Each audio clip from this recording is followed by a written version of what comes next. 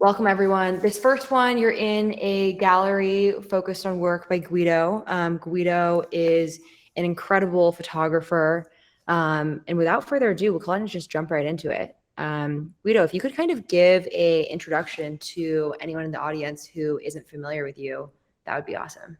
Absolutely. Thank you, Georgia, for the warm welcome, and hi to everyone, and welcome, and thank you for taking the time to participate and check out the gallery here. I've been a photographer for over a decade. Most of my early photography was geared towards more editorial magazine work. I never gravitated towards commercial work or working for brands, and one of the reasons I didn't do that is because I always had a very strict vision in terms of what I was trying to achieve. And my tagline, I guess, on my Twitter sort of sums it up nicely and simply: taking the photos that you could have taken but didn't. And so I think that has been an underlying theme in my photography, is that it's supposed to look very similar to those 1980s snapshots that people used to see in magazines that were very common, with a lot of use of bright flash and catching the subjects in sometimes ironic or candid poses. There's obviously an element of sexiness and fun and inhibition in my work, and so most of it was editorial, and obviously as I became more familiar with the NFT space, I sort of started just actually shooting strictly for the sake of creating art. And here we are. I know your origin story from hair entertainment, and I think it's fascinating. Could you kind of share a little bit about that for the audience? Yeah, you're cutting out. I'm assuming you said about like my hair background, right? Working Yeah. in the hairdresser. Yeah. So I was a hairdresser for 22 years. My hairdressing career started in 1998. I'm approaching 44 years old, so give my age away. And so I used to do a lot of hair for television production and a lot of fashion shows. Like I was officially one of the hairstylists for Fashion Week Toronto for many years, and so working backstage, behind the scenes, doing hair for models. So I was very comfortable around the female subject, whether it be because I was working in a hair salon, and also because I was working with models continually on for fashion editorials and whatnot. And so when I decided to pick up a camera seriously, which I should rewind and say, I always had an interest in photography from as young of an age as I can remember. There's that like famous picture of me at 3 or 4 years old holding a Polaroid camera my father took of me. And so when I decided to pick up a camera seriously, that relationship and that experience I had working, so closely with women for so many years was beneficial. It was really helpful in terms of, I guess, creating the bond between, photographer and subject. And I think that that's an element too in my photographs that a lot of people probably, not knowing my background, probably wouldn't be able to put their fingers on, is that, I'm working with these subjects, and, it's the setting, it can be intimate or it can be fun or whatever, but that connection is something very important to establish. And I think that working in the hair industry certainly helped me with that. Definitely. I feel like you've done a great job of, capturing people super authentically and really naturally. It doesn't really feel, you have this kind of bright flash, moment, but it doesn't at all feel like it's, some sort of major production. It's kind of like you're capturing someone in a moment, not necessarily like in their home, but just in some sort of like special moment of like fun or creativity or Yeah. playfulness. Yeah. And it's sorry to interrupt you, George. I just want to touch on that because it's like one of the things with my photographs is that, whether it's true in reality or not, it's supposed to feel like the subject is right in their element. Definitely. Every photo I take, specifically of the female subjects, has to sort of exude this confidence and this, strength, and so that they're in their own element, that they're comfortable in that, in that moment in time, in that split second. And that's super important, because, whether it be, stand like night call here, standing in front of this open sign and just like taking it all in, or, like Sending My Love, which is what one of my more famous editions I did, was the first edition I did, where, the model's smoking a cigarette on that like Parisian style stool in the washroom. I think that translates through most of my photos, is that like that element of they're in their own sort of atmosphere and they're comfortable with who they are. And to me, that really makes my photographs. That's really kind of what it's all about. 100%, 100%. Well, let's walk. A lot of people I've seen kind of running between these, this main first room and the two side rooms. Yeah. But do you have a piece? I mean, I have many that I could call out, but do you have a piece in this first main entry room that stands out to you that you want to talk about? I mean, you know what, like there's a lot in this first entry here, but I would, I guess, look at this one right here, which is Magic, which just shows the shadows and the way they're cast on this, on the model's body. And, it's one of my favorite shots. It was one of my earlier mints. I was hoping to hold this back for later on in my career, but I didn't. I chose to mint it and go with the momentum at that point. And, this picture was sort of symbolic of everything I like about a photograph, like summer, sunlight, heat, just the model comfortable in her own skin, just the underwear, no real nudity shown. If you really take a step back and look at the photo, there's actually no real nudity. This is just what they call like an implied nude. But, you can see tan lines on the model and a carpet. And so it has a very vintage and retro kind of feel. It almost does look like something that you would have like torn out of an 80s magazine, had you been around in the 80s and been a fan of those types of magazines. And so Magic is one of my favorites here. And I still look at the picture all the time. And every time I look at it, I'm just super, super proud of this one. I'm, one of my favorites for sure. Can we actually talk about that? Because a lot of your body of work was shot in, certain periods of time in your life. And obviously you're still shooting new pieces, but how do you decide what to mint, when to mint it? If it goes on which platforms, which audiences see it? Yeah. How do you make those decisions? It's such a good question. As I've got a large body of work. I've got a lot of photos. Number one, that people have never seen. Number two, that will have never been minted, that will never be minted. And so the thought process and what to mint and when and how is I would say it's more art than science. So I certainly go with my gut. I try and position what I'm shooting, what I'm releasing, in a way that it sort of fits within like my feeling of the moment. And so, if you look at my editions collection, for example, I shot, a series of editions that are sort of conversation pieces on different things. One of them was like the death of royalties, everything that we saw go down with Blur. And so that was, there's 3 or 4 or 5 now, I don't know how many pieces that actually spun off from the open edition I did, like Death of Royalty. And that was specifically shot to, raise the conversation, right? Bring awareness to what's happening in space. There's other ones like Monkey Business, for example, which was a nod to Lascaux, who released a lot of work as an anon artist in the space. And so I shot that, specifically as a conversation starter about what art is, the banana taped to the wall. Lascaux is sort of, a lot of people don't know, but the name Lascaux is actually tattooed on that banana on the stem. If you look closely, it's there.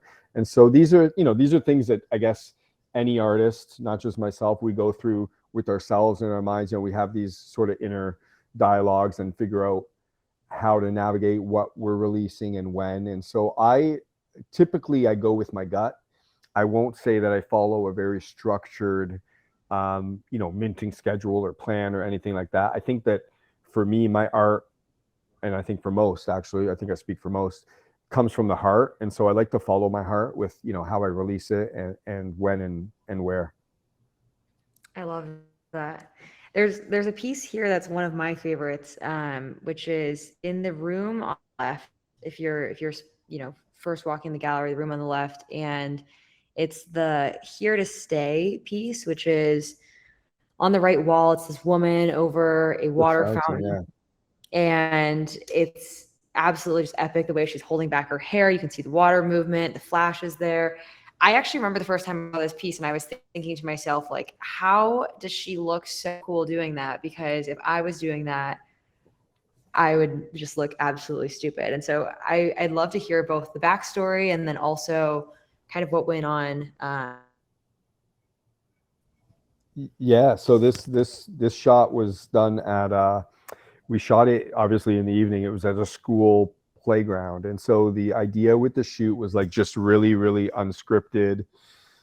There was a lot of nudity that took place in the shoot, so like a lot of topless stuff and like near fences and sort of industrial and playful. And so there were a number of shots that were cool, but I think that this particular one was like the standout from all of the shots that we took. And to your point about her like looking so like fierce and like comfortable in this shot, I mean, this is the repetitive pattern that I really strive for in all my photos, that a lot of people, I think, maybe who just look at the photo and think pretty girl might sort of gloss over or fully not understand. But getting people to look at this comfortable in doing some of these things is actually incredibly difficult. And so, we shot hundreds and hundreds of photos, and I mean, this was one of the best ones. And I just remember, being by that fountain, I was like, okay, like I want to get some shots of you like drinking from the fountain and then like move your hair. And I said, you know what, can you like climb onto this fountain and like drink from the fountain in a way that you would never, you would actually never do in real life? And she's like, oh yeah, I got it. And then like she hopped on and did this, and I was like, this is it. This is the shot. And you can see it, right? Like you said, like you're looking at the model's face, and it's like just a really cool, one of those split seconds moments captured in time. And I'm pretty grateful and blessed that I got this one. That the piece is amazing. I love that one. I remember seeing that in kind of the height of like 2021 crypto Twitter mania, and it really just standing out. Thank you. And being quite striking. One thing that you and I have talked about, which is, and I think, people look at your work, which I think is really beautiful and fierce and strong. And, there's actually like, I feel like in your life, you've experienced a lot of adversity, and I think you've had to develop a thick skin, not only just related to artwork, but also, just related to all of life. Like life has not always been easy, and you've kind of had to find that resilience in your life. Can you talk a little bit about, maybe your life philosophy, some lessons that you've learned along the way?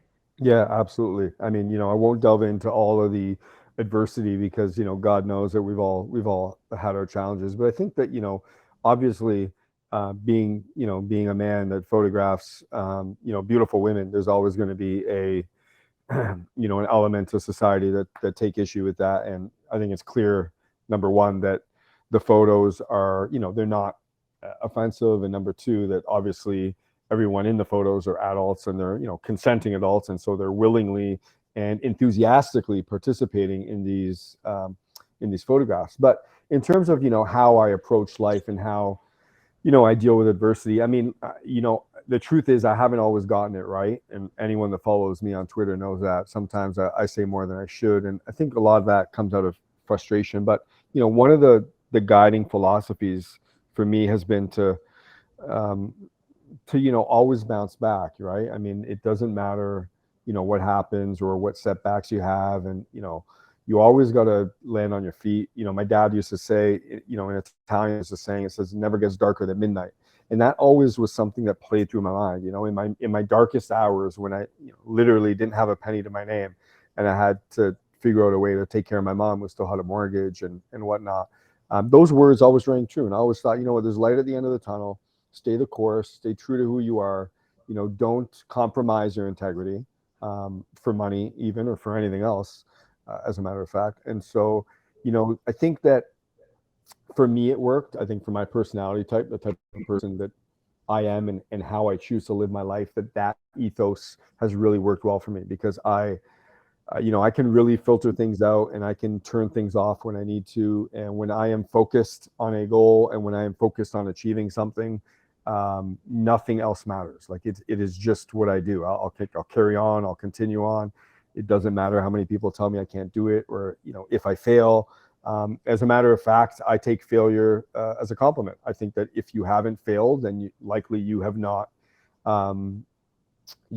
tried enough, because I think that for every success, there's a number of failures behind that. And so it's just, resilience is a very, very important part of who I am. I always tell the people that I love that, there's nothing wrong and nothing shameful in failing, but I do think that there's something wrong with not trying something for the fear of failure. And so, yeah, I'm just try to be an optimist, even though a lot of the times I would say I lean more towards being a realist, but I'm certainly an optimistic individual. I always see the light at the end of the tunnel. Definitely. That's one of my favorite things about you, is I feel like you definitely don't let any of the eat away at you. And in many ways, I feel like you kind of just choose to, like Rise basically above. just, rise above and go and, take your own take, and you're kind of living your life. And honestly, it's not really other people's places to comment on it. So I think that's really admirable, and I love that. Yeah, absolutely. I mean, it's sorry, just to get the last word there. I think that all of us, most of us humans, I think we have the power to affect our lives most for ourselves, and so I say that as in, like, we bring luck into ourselves. It's how we approach our life. It's how we wake up in the morning. It's how we approach our day. And, it always starts off with the smallest things. But I think that the power that everyone has to affect positive change on their own lives and their own situations, I've lived it personally, is enormous. And so I want people to remember that, is that, no matter how difficult, how dark, how much despair that you feel, there certainly is light at the end of that tunnel. But it's important to stay upbeat and to stay resilient, because if you don't, you go down a very dark rabbit hole, and that's when it becomes difficult to get yourself out. Definitely. That's an amen. Thanks, brother. What was it, Robness? I missed that. I said that's an amen right there. Yeah. Yeah. Thanks, man. 100%. I love that. I love that so much. I saw a comment on, which is, this whole sequence around it's just slightly different topic, but with the cars, which we purposely put together in this curation so that we could kind of see all the different styles and ways that you've shot this, which are kind of these three pieces, both left-hand wall and the wall straight ahead. And so could you tell us a little bit about, I don't know if we have time for all three of them, but just kind of this theme and what some of these photos are about? Yeah, so everyone's very familiar with the 88 miles per hour in Soho, that's the actual replica of the DeLorean that was in Back to the Future, which is obviously like an 80s cult classic. And it was a collaboration with Dana Taylor, who's a successful model and, a participant in the space. She has her own NFT project now as well. And so when we started talking about wanting to shoot something, it sort of had to be, again, along the lines of, like, fashion and 80s vibe, and we talked and we threw ideas around, and that was what we came up with, was let's see if we can get the DeLorean. It was actually, the DeLorean was more Dana's idea, to be completely honest with you, but I was all for it because that's a movie that I grew up with, that's meaningful to me. And so a lot of my art is first and foremost for myself. When I shoot something, it's because I love it, and so I don't release anything to the world that photography wise that I'm not madly in love with. Picture here that we see City Slicker with the model, who, by the way, that model's my beautiful girlfriend. She's pulling out a beach ball from the front of the Porsche. This was something that her and I talked about, and we wanted to shoot something that was sort of nonsensical, but it needed to all still tie in together nicely. And this is what we came up with. I said, you know what, like dressed not for the beach in a city, you know, with an air pump and a beach ball. And so, you know, we took a number, and I mean, she's wearing the futuristic visor, which is always a nod to crypto as well. Like a lot of times in my older editorial work, one of the sort of trademarks of my shots were I'm shooting the girls in my glasses. So when you see girls in glasses, they're actually my eyeglasses. I wear glasses. And so when I'm shooting some of the crypto works, we use a little bit more of the futuristic visors and glasses and stuff. And that's just a nod to crypto. And so City Slicker was born, just something that was like non sequitur, but somehow all still tied together nicely in the photo. I didn't know the glasses reason was from you. And now that it makes total sense that I've seen these glasses all over your artwork. And I like that you kind of have a twist for the future ones. So you can kind of, you know, different Guido eras there. Exactly. Can you talk about picking which photograph? Oh God, it's such a difficult, that's probably the most difficult thing I've got to do. And to be honest with you, you know, if I go back and look at some of the pictures, like the complete sets, and then look at the picture that I've chosen to release, sometimes I think to myself, shit, maybe like I should have chose the other one, right? So there's no hard fast rule as to why you pick the ones you pick.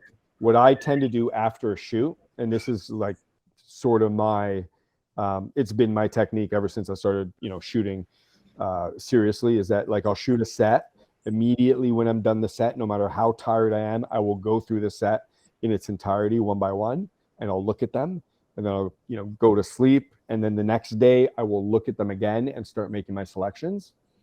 That's usually the way I do it. And so what I do is, you know, I'll pick X amount from every set. Obviously every set's different because it depends. Sometimes you don't get any good pictures, right? So I'll pick X amount, the good ones, and then I'll put those aside, and then I'll once again start going through the good ones, and until I, you know, whittle it down to one or two or three that, you know, I'll use, one for a one of one and maybe a couple for future editions.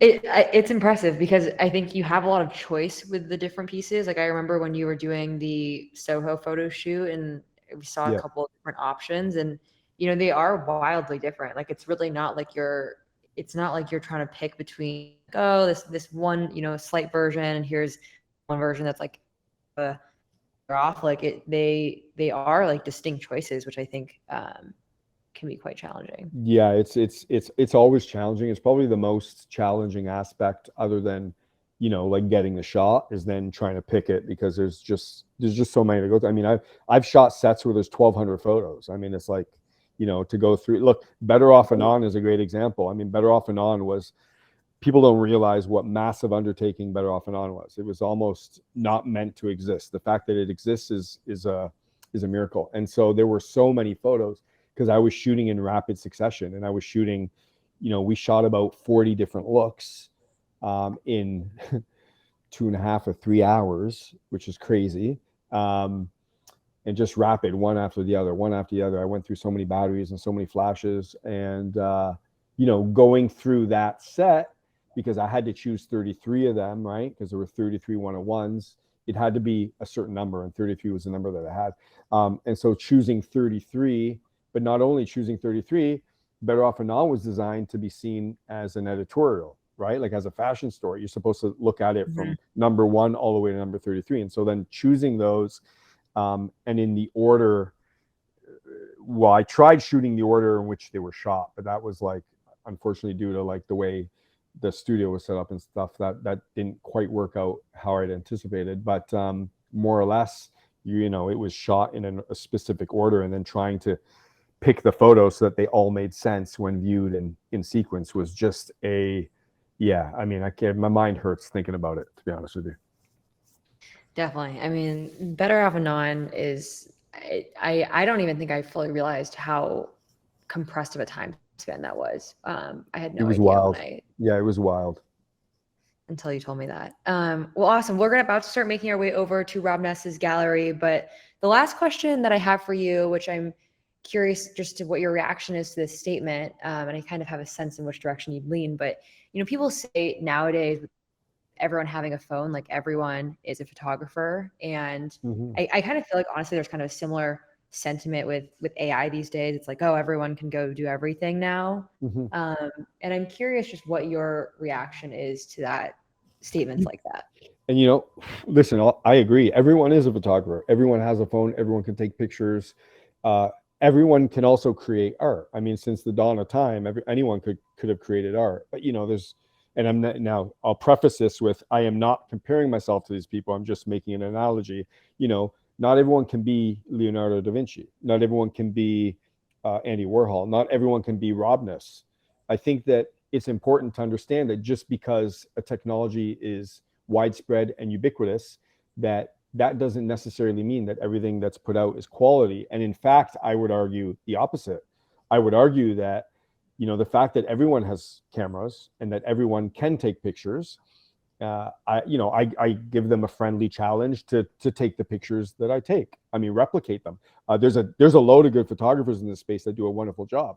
But to think that anyone with, access to technology can just create, meaningful photos that sort of speak to people and that evoke emotion, I think is unrealistic. And so in that sense, I'm not bothered or threatened. And in fact, I was talking to ROBNESS earlier about this. I've actually sort of gravitated a little bit towards AI myself, because I think that it's a useful tool for creators to use in whatever way they want. And so, yeah, I mean, look, anyone can take a picture.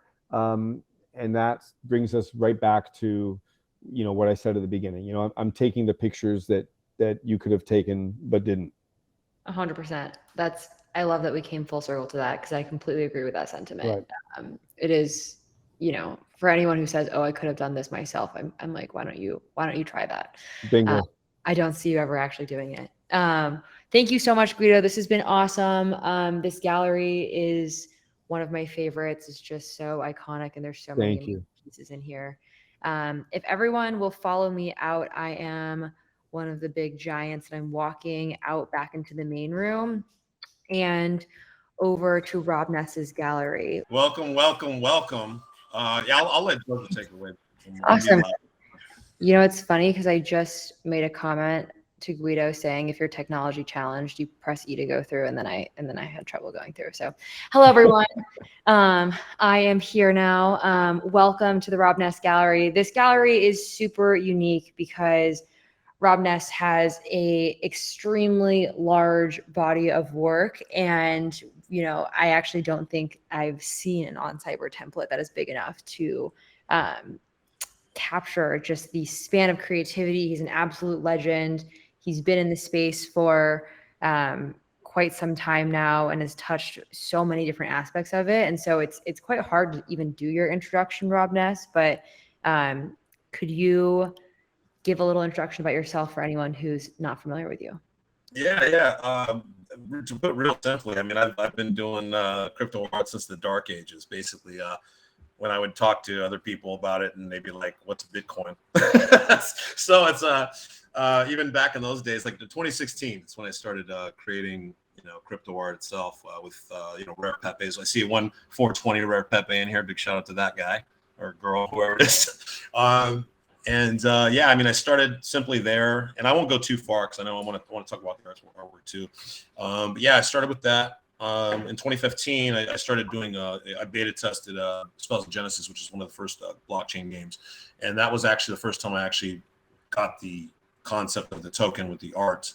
And the Rare Pepe was the first beta test on like a world tribe getting together and actually making like the first artwork that civilians could do. It wasn't just like a company that was doing it. And so yeah, that's where I started, and then fell into super rare known origin, and pretty much was definitely blessed enough to see a lot of changes in the entire space. So basically we're up until now, and basically seeing the space grow, which is absolutely insane. And thank you for everybody for coming in, and yeah, let's talk art for sure. Let's talk art. Awesome. This gallery's quite large and special. I would honestly encourage everyone to go and just run around for a moment while we talk about a couple other things. The first room you're in is the QR code room, which is incredible. And then if you go into the second main room, you will enter the trash art room, which is something that we'll talk about, which is awesome. I actually didn't even know until we were making this that oncyber could support these kind of 3D sculptures, which I just think are so cool to really see here and visualize as something that's super unique to oncyber. And I would just run around, peek into the other rooms. There's a couple gems, there's memes, there's ROBNESS eating cereal blown up, in case anyone missed it from seeing that over in Times Square. Yeah, I'll talk about that piece a little bit later for sure, real quick too. Definitely. Yeah. Can we, I know a lot of people know about this, but can we just start around trash art? Like this is like probably a many hour conversation, but lay the land, for us here. Like what was this movement? Yeah, most definitely. So the main kind of like piece I'm gonna walk to right now. It's right here. Anybody that doesn't know, really, this is the 64-gallon toter, and basically this is the piece that got me kicked off of Super Rare. So basically, during that time, there was a lot of contention of copyright, and truth be told, like, John and the rest of those guys at Super Rare, it's all water under the bridge right now, and we're all like totally cool with each other and everything. But back then there was a lot of like growing pains, and at the time, we had to cite our sources, because I was doing, some collage artwork. There was also, fears of copyright and all that stuff. And so I was making a lot of pieces that were kind of like reflecting all those problems. And there's some people in here too that were kind of like a part of that as well, because they saw everything that was going on. So yeah, this was the piece that got me kicked off, but there are like two trash, like quote unquote trash pieces that I made before that were kind of like they were kind of like jokes until I made the joke really literal. And the one right next to it to the right here is the second one, which is called Uline Trash Can. And obviously it took the company name and just made it like totally like, obscure glitch. You can almost see the toter in there. It's like almost in a gestation period. Mm-hmm. And then the first one is on the corner over here. I walked to it right there. It's the one with the white background with just a straight glitch grid right here. I'm not sure if you can see the animation, but it's supposed to be animated. But yeah, so this is the one that actually, VVD went, that was a big sale. I mean, for me, still I'm thankful that he got it. But after he heard the story and everything, he acquired it. But this is the first one of the three. So basically, I made this one first. They didn't get the joke. Then I made the second one, and then the third one was like, okay, here's a trash can. I'm like literally just stating like what I think about the whole space in general at the time, and then that's when I got kicked off. So after that, there was an article written on Cointelegraph. It's called Immutable Trash, and you can still look it up right now. It's actually a well-written article by Darren Klein, and goes into the whole situation that happened. And then basically after that, there's a lot of artists that kind of that heard what was going on, and they all became friends of mine, really. It wasn't like they followed some, people say movement and this and that. I really just called like a bunch of friends just got together and started kind of making trash can artwork together and kind of like trolling the space in a way to kind of prove ourselves in a different light. And that was around 2019, 2020, and then maybe 2 years afterwards, after like, thousands and thousands of trash can pieces got made, Super Rare, they reinstated me, like right before Christmas. And it's funny because I didn't even know. I checked my Super Rare account just to like check bids and stuff. I could still log in, but I couldn't mint. But they put me back on, and so it's been quite a bit of years of kind of like a ideological contention of what is art and stuff like that. And so the toter kind of became like a symbol of sorts. And so whenever you see like toter artwork and stuff like that, that's where it kind of comes from. Now, the funny thing about this though is that there's also like other trash art things going on. Like my homegirl Empress Trash, she's been making trash related artwork before all this stuff. So I kind of say like this is like digital trash. This is like more like the crypto trash in a way, and there's like a lot of different, you know, sects of it. So I had to kind of say like look, there was trash art way before this, but the toter itself is more like a digital version of that, and to this day I don't know why I used a toter to begin with, but it just felt it was instantaneous, and I just feel I had to do it at the time. So yeah, this whole room is basically just all the different iterations of trash artwork that I made. There's some that were made on Rarible at the time, like these three right over here in the corner. These were made in Rarible because after I got kicked out of Super Rare, I couldn't mint anywhere else, so I had to go straight to Rarible and actually mint there. And actually, I think Lulu XX is here and some other people, but I met them actually through that platform, which is actually like I don't look back on any of this stuff and in kind of like anger. I actually feel like all this stuff had to play out the way it is because you know, I got to meet Lulu and a bunch of other really talented artists in the space, and so yeah, so that's what this room's all about. This room is epic, and it's even more epic by the fact that there are 4 dancing trash cans in the room who are using trash avatars. I don't know if you turn around. Yes, yeah. But it is, it's poetic to have these trash visitors inside the trash room, which is amazing. No, thank you guys. The trash art movement is so symbolic and so indicative of just what the internet is a living, breathing entity of itself, which has its own mind. And, you know, it's kind of like harnesses the collective creativity of the world and really like tells you like, you know, like it's almost like, you know, Super Rare is like, hey, like you can't do this. And the internet's like, oh, we've got a mind of our own, you know, like who are you to tell me? And I think that kind of attitude exists now in crypto across and exists, you know, all sorts of meme culture, etc. But it's one of my favorite things, which is that like it's almost like you know you can't stomp out the little guy. Yeah, and another thing too is that, you know, I don't know. I mean, sometimes I kind of introduce myself as like a failed musician, failed writer, failed actor, like all these different practices I did for like just before all this happened. And you know, visual art has always been a part of my life.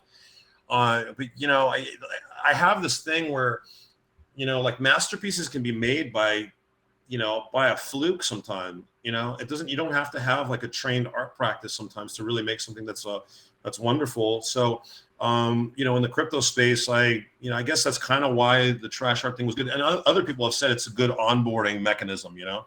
And honestly, for me, like I've seen like tons of artists that have come in and made like just maybe one piece, you know, like just go in and kind of just express themselves like, oh, here, I'll try to make one.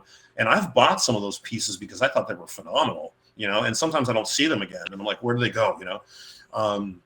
So, you know, I always I'm always like, anybody can really, you know, strike lightning, just, but it's just, you know, you got to catch them. So, so I think in the crypto space, especially with memes, you know, internet culture, all that kind of confluence put together, I think, you know, I don't think we should definitely ignore that, you know, or try to push it back.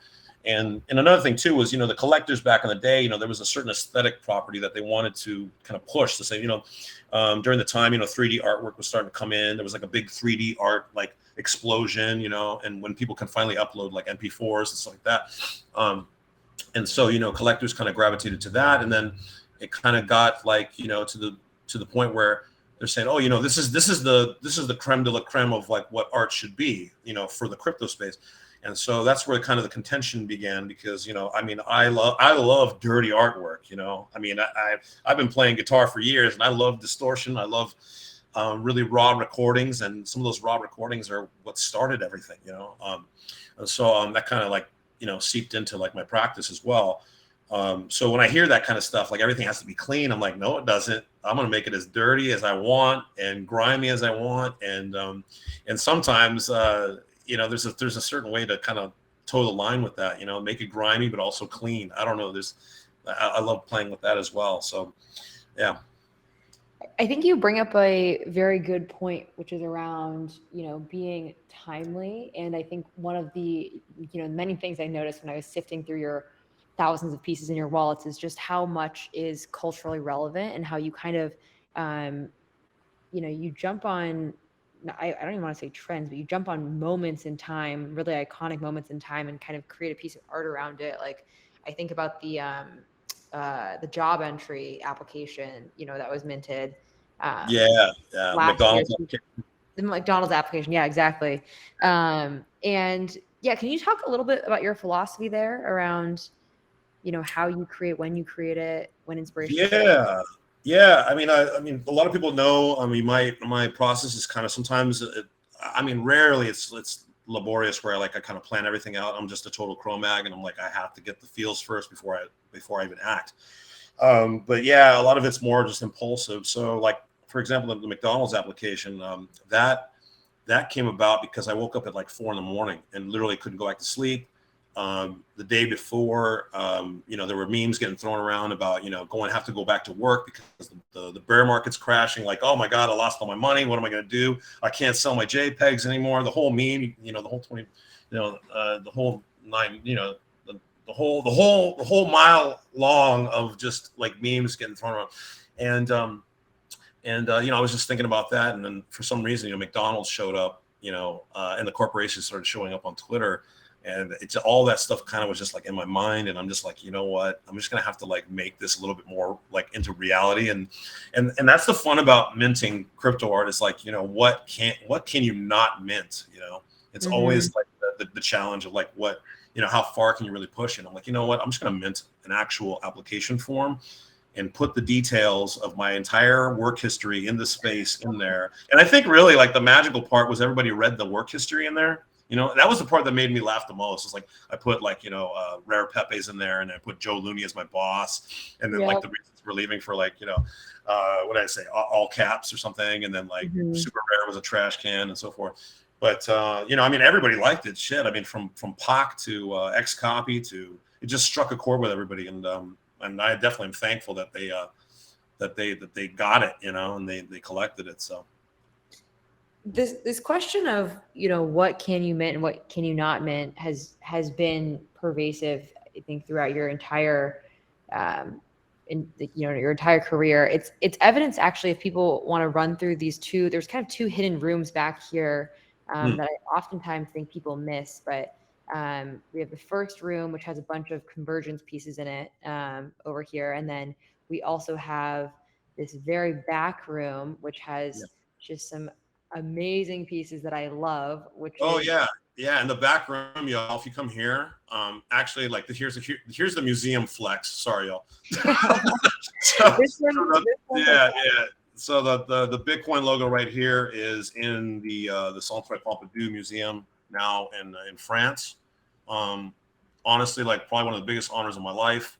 I still don't know how the hell it happened, but just by chance, I threw that trash art show in Paris with Albertine Mounier from the Levant Gallery, and I got to meet the director of the museum. And I literally talked the gospel with her for about 2 hours about crypto art because she just knew the CryptoPunks and the Bored Apes and stuff. She didn't know about everything that was going on. And actually at the show, I curated about maybe 75 artists who made trash artwork. So like it was more like it was cool because I could display like everybody's style. I had Dark Farms in there. I had Lulu's piece in there. I had everybody's pieces in there. And so she can kind of gauge by looking at all those pieces, like how big the space actually was and how much it's growing. And so after that, she really, we really hit it off. And then a couple of weeks afterwards, I got a web call and they wanted to do their first, permanent like NFT collection in the museum.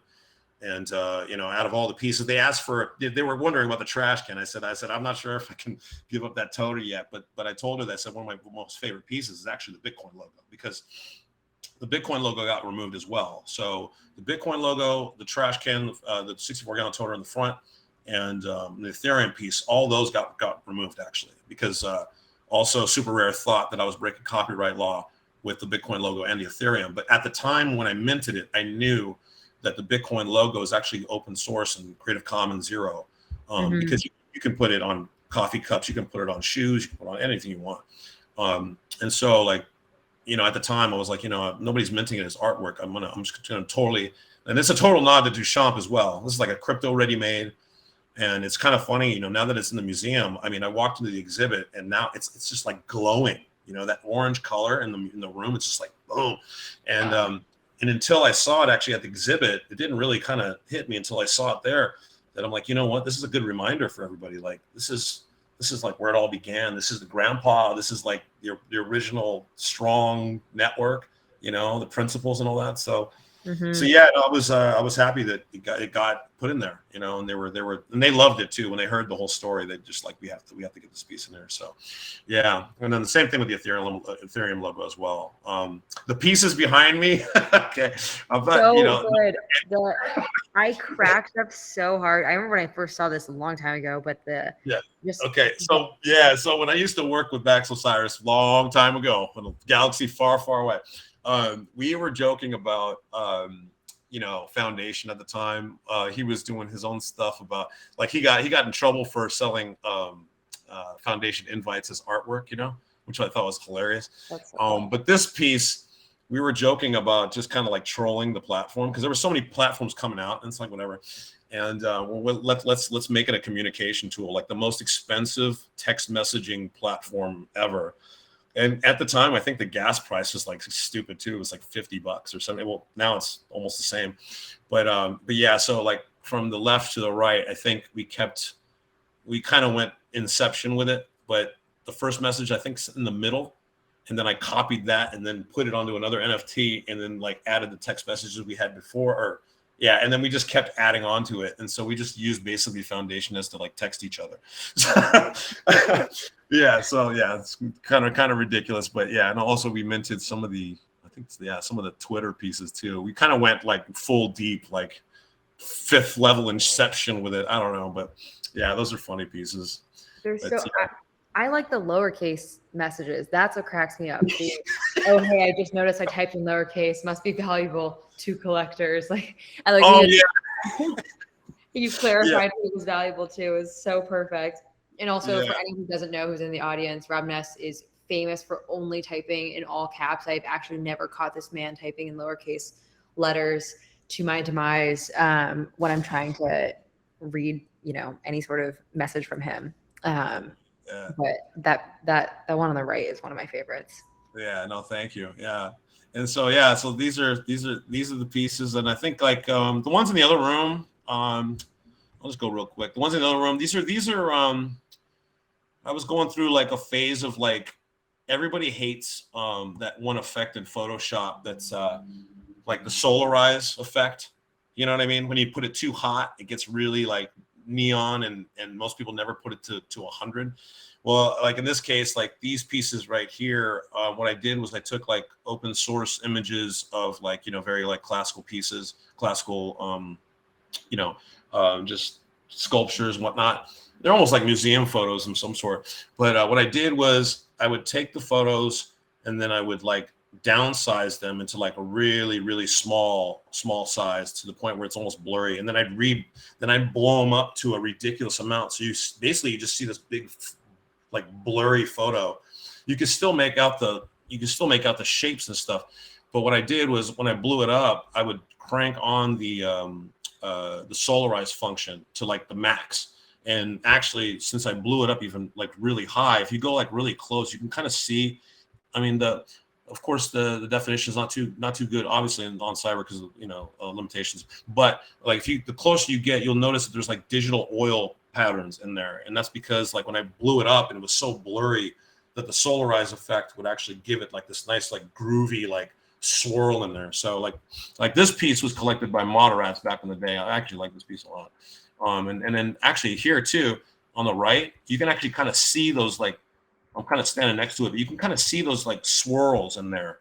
But like if you actually look at the actual image and like zoom in, you can see how like it's like weird. It's like a digital oil, and that's just an effect of the solarize function, like being in a really high res image, which I thought was like really cool. So so that's those are those pieces, and yeah, I'll let you take it away, Georgia, because I know I talk a lot.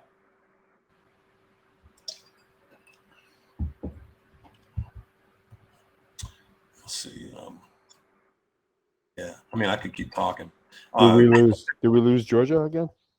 I'm not sure. Oh no. Okay, I refreshed. Sorry, I don't know what's going on with my internet. It's cool. I'm back. I was saying I was cracking up when we were getting up close to this painting because there was someone who is an avatar that's a little pickle and they like weren't tall enough, so they were jumping up to see it. I think is that max capacity? Yeah, that's max right there. Yeah, That's exactly. what max. I think that's what one of the most fun things about using these galleries is you get to actually simulate what it would be like to like, really be in a gallery and looking at it up close, far away, and soaking it in, which is fun. Yeah, most definitely. One more. I know we're kind of closing in on time. I do want to talk about those AI pieces in the first room, if that's cool. Yeah, let's do either the AI pieces, and also I would love to get one comment about the serial piece as well. Oh yeah. Okay, so the serial piece, I'll talk while I'm walking there. So this piece right now, I think it's still being displayed on Times Square, on like one of the big billboards there. It's like a huge screen. So this piece. All right. For one, I mean, it's obviously like an homage to Warhol's like burger eating piece. But in this case, this was during the pandemic when like everybody was trying to learn how to use Zoom stuff.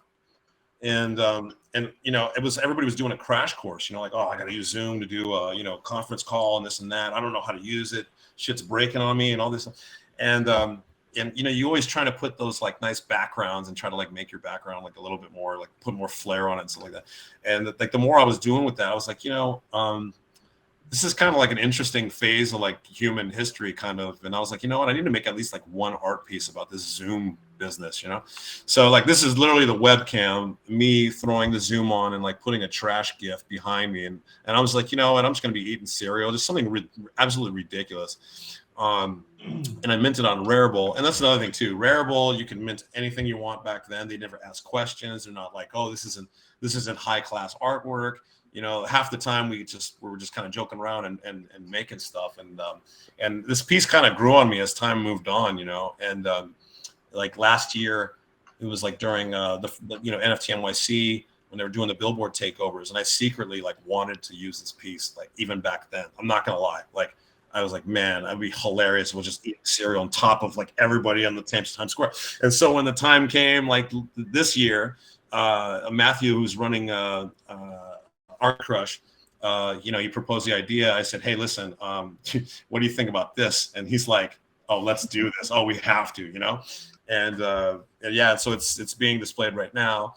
And I think Von Dalo now, a friend of mine, he was just using it as a projector in the Kadaf show, and he got it banned. I guess they went up to him like, hey, you're gonna turn that off. So some cool stuff's being done with it.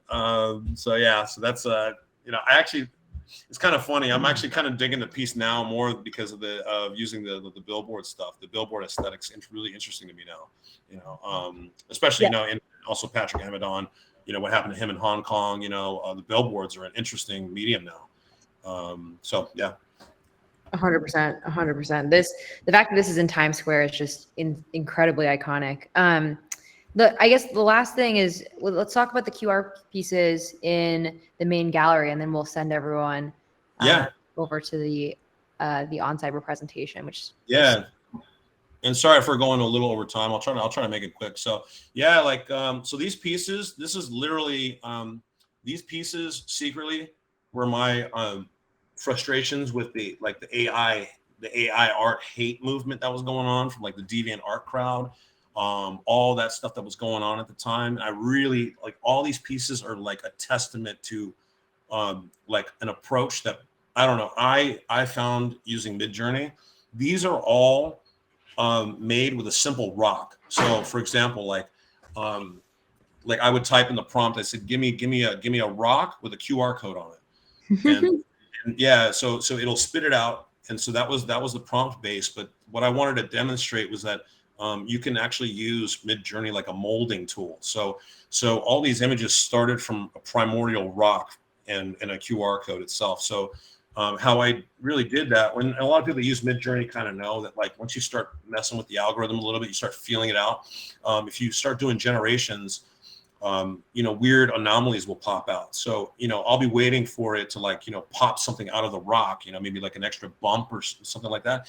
And so basically I'll just go bump after bump and just focus on those abnormalities. And then it does something funny actually. If it sees a face starting to form out of the rock, it'll start trying to pull it out, and you start kind of working with it to like try to pull the image out. And so like this image right here in the corner, actually, this is actually one of my favorites because it just came out like this one right here with the two heads. So it started off as a rock, and obviously that QR code definitely got way more advanced. But on both sides, there were ridges starting to come out on both sides, and basically the more I worked it, the more the face would start coming out, and basically I'm just molding it into this. And then after a while, it starts to give you a room, and it starts to do all this other stuff. And I realized that like some of these algorithms, they just like to try to give you something that's photogenic, like a photo almost. If you go far enough, it wants to give you like this type of realism. And so like this one in particular, it's just so like, I don't know. I love it a lot because on the left, it looks more like an actual human. And then on the right, it looks like more like a space humanoid. It doesn't look totally human. It looks like it's kind of a, yeah, it's one of my kind of like sci-fi kind of art pieces, but yeah, like all these images in here all started from a rock. And what I wanted to demonstrate was that like Midjourney can be used as a molding tool, not just like type a prompt and get the immediate like deviant art data that it wants to give you. There's something like deeper in those algorithms, so yeah. Definitely. I mean, this room I could spend, I could spend a lot of time in. It's insane what the outputs have come out of this prompt. Thank you so much, ROBNESS. Thank you so much, Guido, for joining. This has been so fun. I feel like, there's so many more things that we want to ask you, but these conversations have been just a joy to have with you guys. And thank you so much to the oncyber team for helping put all this together. This has been awesome. Yeah, no, thank you guys. And thanks for coming, everybody. I hope you enjoyed it. And yeah, and thanks, Guido, too. Thanks. Yeah, thanks to everyone, ROBNESS. True honor being on stage with you, obviously. Likewise. Georgia, thank you. And oncyber, thanks for, putting this together and all the work that you guys do behind the scenes.